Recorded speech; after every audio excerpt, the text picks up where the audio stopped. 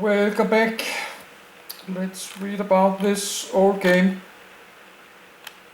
I never played because I did not have a computer. In the 1960s, I did not have a PC computer because I was on welfare check and student monies. And I only have money for my rent apartment and cigarettes and coffee and beers.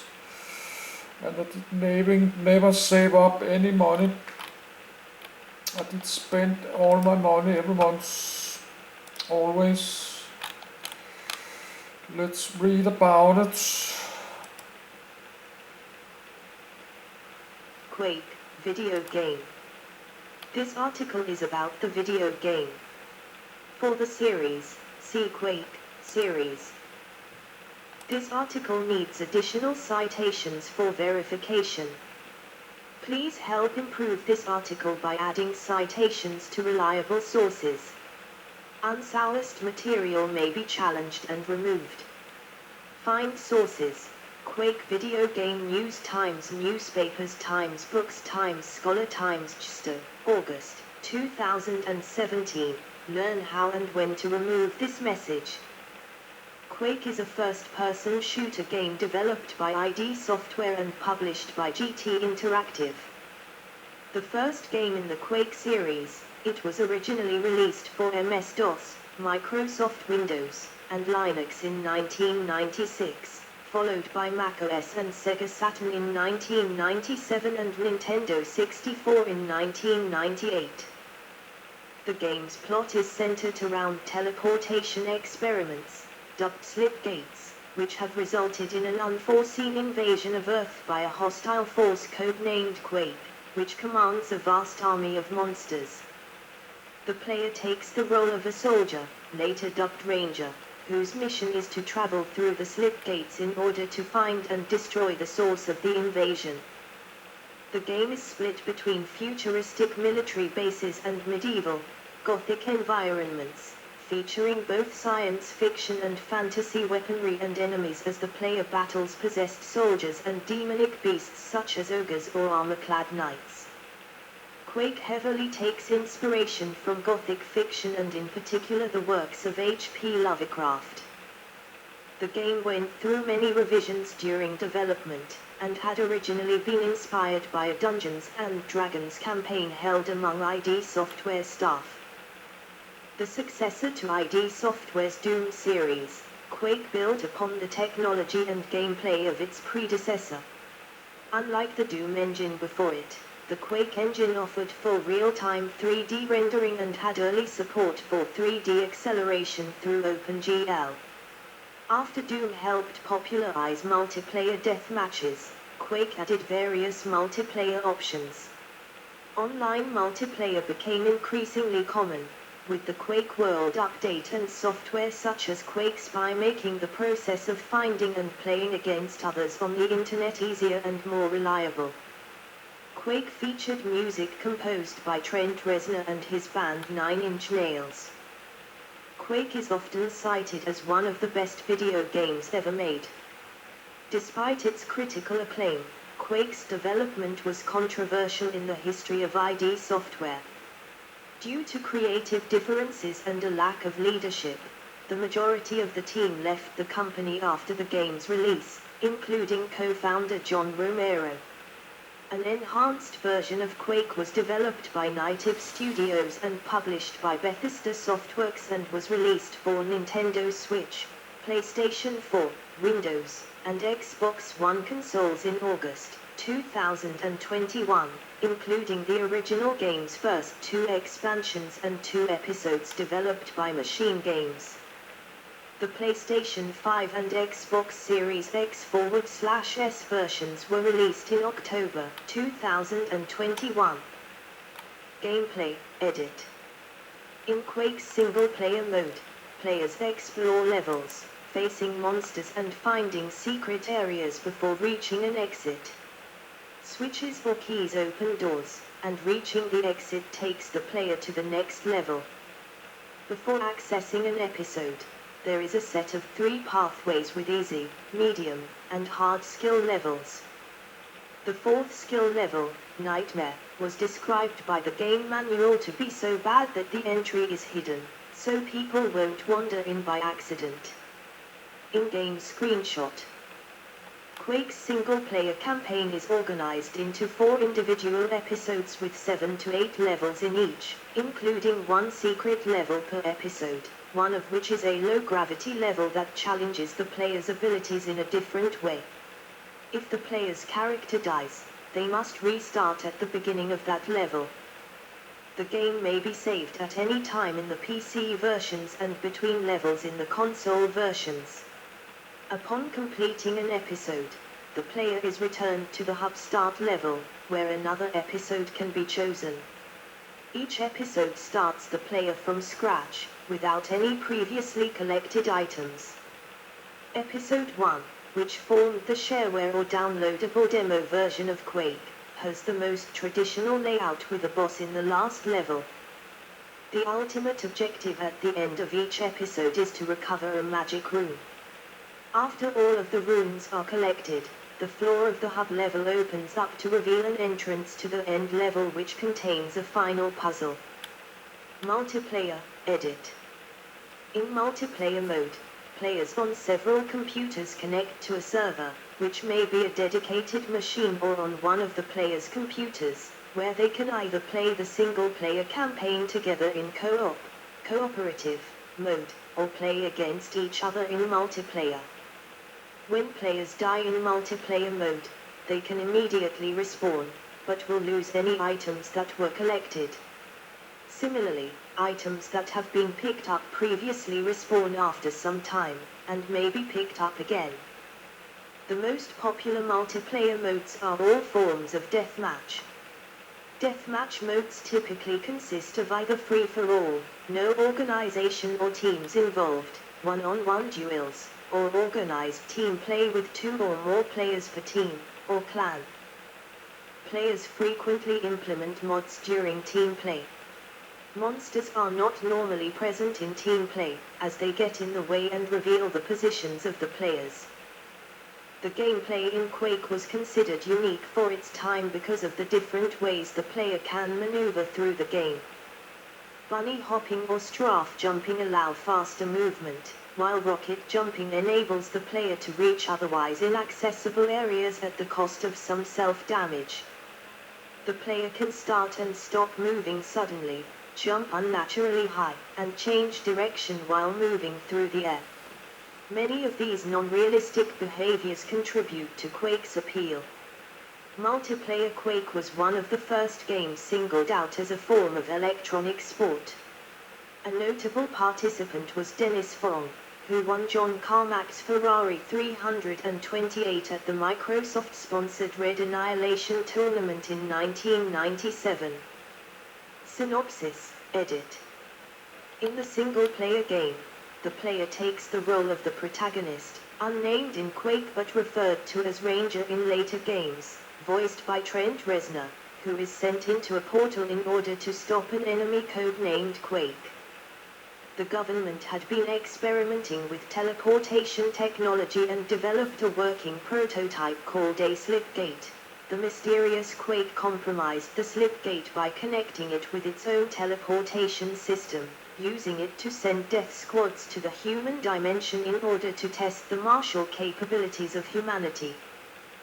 The sole surviving protagonist in Operation Counter-Strike is Ranger, who must advance, starting each of the 4 episodes from an overrun human military base, before fighting his way into other dimensions, reaching them via the slipgate or their otherworld equivalent. After passing through the slipgate, Ranger's main objective is to collect 4 magic runes from 4 dimensions of Quake. These are the key to stopping the enemy and ending the invasion of Earth. The single-player campaign consists of 30 separate levels, or maps, divided into 4 episodes, with a total of 26 regular maps and 4 secret ones, as well as a hub level to select a difficulty setting and episode, and the game's final boss level. Each episode represents individual dimensions that the player can access through the slip gate or magical portals, in the case of the latter 3 episodes, that are discovered over the course of the game.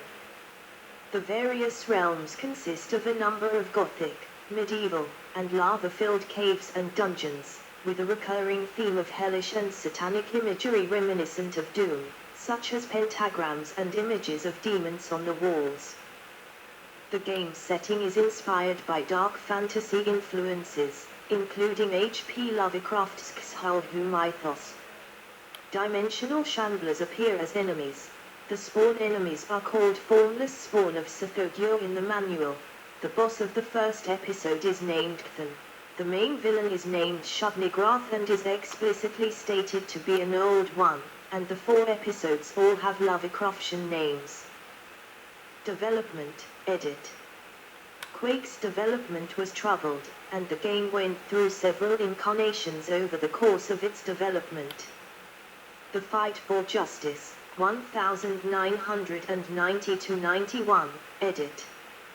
In the early 1990s, the staff at ID Software had a private Dungeons & Dragons game, which would go on to inspire a number of elements in their titles over the following years. With John Carmack as DM, the campaign featured a group of adventurers named the Silver Shadow Band. The group were named for the silver dragon on which they flew, and each represented one of the core stats of the game. Among them was a powerful character named Quake, representing strength, who fought with a magic hammer capable of destroying buildings. Quake was accompanied by a floating magic artifact named the Hellgate Cube, which attacked his foes with lightning bolts. Romero described fighting alongside Quake as the most fun they had playing D&D.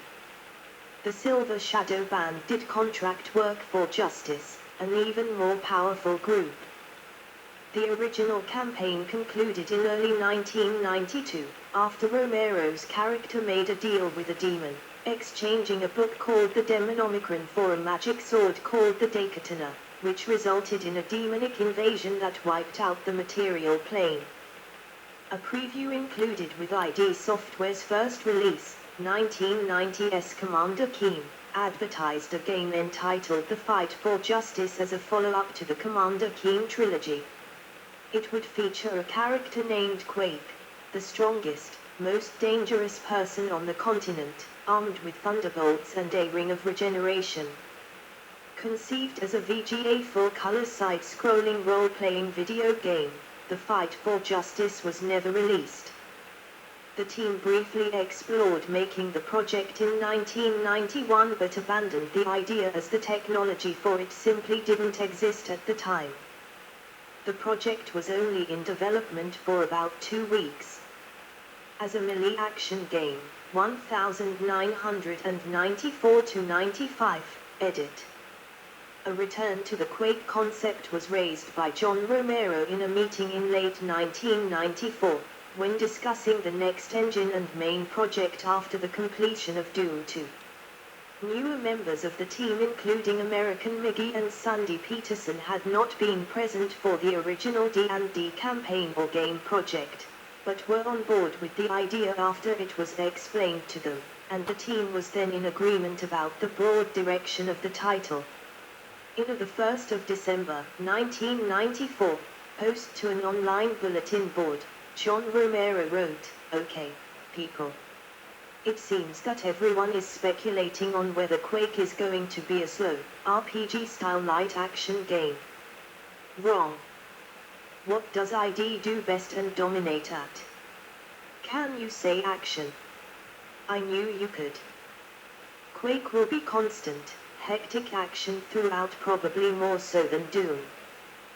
The team entered into an R&D phase while Carmack was working on the engine. By 1995, the outline for the game included a medieval setting, hand-to-hand combat, throw weapons, an area of effect attack with the hammer, and feeding souls to the Hellgate Cube. Some early information on Quake was released publicly, focusing on a Thor-like character who wields a giant hammer. A close-up of Quake holding his hammer was on the cover of PC Gamer for the October 1995 issue, and screenshots showed medieval environments and a dragon.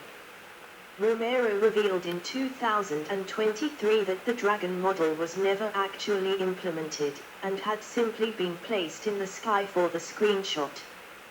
The plan was for the game to have more role-playing style elements. An Aztec-style texture set was developed for the project, but the set was not used due to artistic opposition from American Miggy, who preferred a more heavy metal-themed look for his levels. This second texture set was used for the Vaults of Zin. Before gameplay could be worked on in earnest, Carmack would need to build the game engine, which was a significant undertaking, and took much longer than anticipated. Carmack was not only developing a fully 3D engine, but also a TCP /IP networking model. Carmack later said that he should have done two separate projects which developed those things: the networking model first, used for a game which was otherwise in the Doom 2 engine, and then the 3D overhaul for a second title. The Quake engine popularized several major advances in the genre: polygonal models instead of pre-rendered sprites, full 3D level design instead of a 2.5D map, pre-rendered light maps, and allowing end users to partially program the game, in this case with Quake C, which popularized fan-created modifications, mods. As a first-person shooter, 1995-96, edit. Working with a game engine that was still in development presented difficulties for the designers. Around 50 levels were developed during the R&D process, but engine changes meant that the team was frequently having to redo work. Much of this needed to be scrapped by the time the engine was completed in late 1995. The team was burned out from the process, and raised the idea of using the existing demo levels for a first-person shooter, as it would be faster and less risky. Romero opposed the change, but relented. The creative differences would ultimately lead to his departure from the company after completing Quake. Quake was programmed by John Carmack, Michael Abrash, and John Cash. The levels and scenarios were designed by American Miggy, Sandy Peterson, John Romero, and Tim Willits, and the graphics were designed by Adrian Carmack, Kevin Cloud, and Paul Steed. Cloud created the monster and player graphics using Alias. Initially, the game was designed so that when the player ran out of ammunition, the player character would hit enemies with a gun butt. Shortly before release, this was replaced with an axe. ID Software released Q-Test on the 24th of February, 1996, a technology demo limited to 3 multiplayer maps. There was no single-player support, and some of the gameplay and graphics were unfinished or different from their final versions. Q-Test gave gamers their first peek into the file system and modifiability of the Quake engine, and many entity mods that placed monsters in the otherwise empty multiplayer maps, and custom player skins began appearing online before the full game was even released. Morale on the project was low, and developers were under crunch from December 1995 through to release in June 1996. Romero has described the process as one of the hardest grinds of his career. He was the only member of the team to attend the office on launch day to upload the files. Audio, edit. Main article, Quake, soundtrack.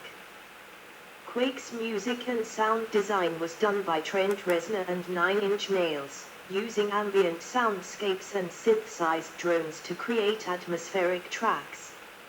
In an interview, Reznor remarked that the Quake soundtrack is not music, it's textures and ambiances and whirling machine noises and stuff.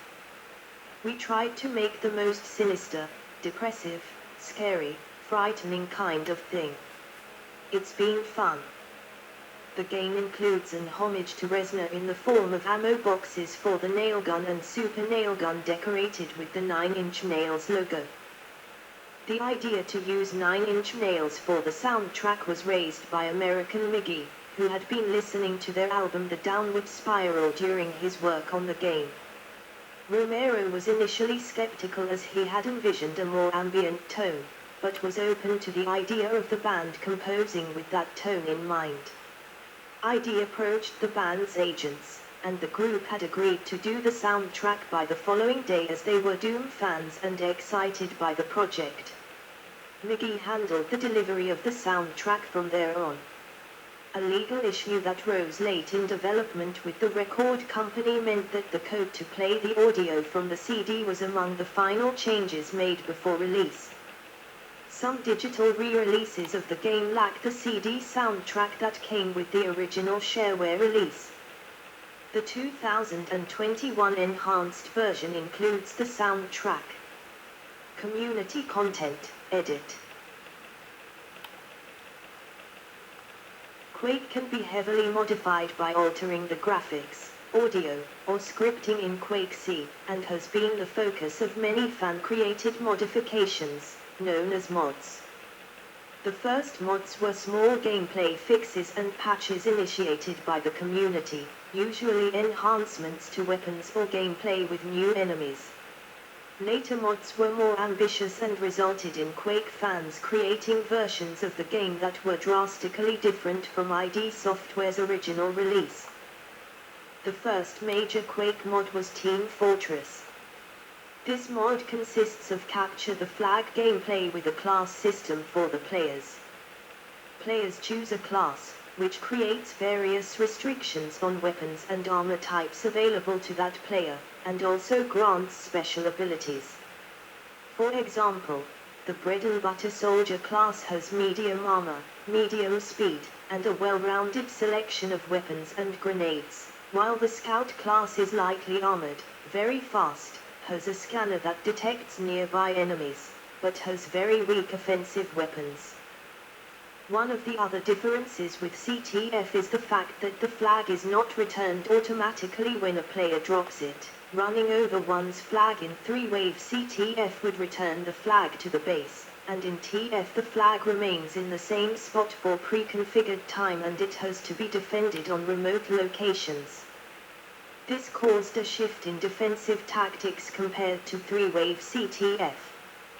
Team Fortress maintained its standing as the most played online Quake modification for many years.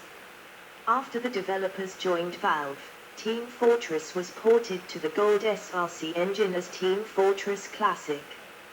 It later received a sequel, Team Fortress 2, for which content continues to be developed.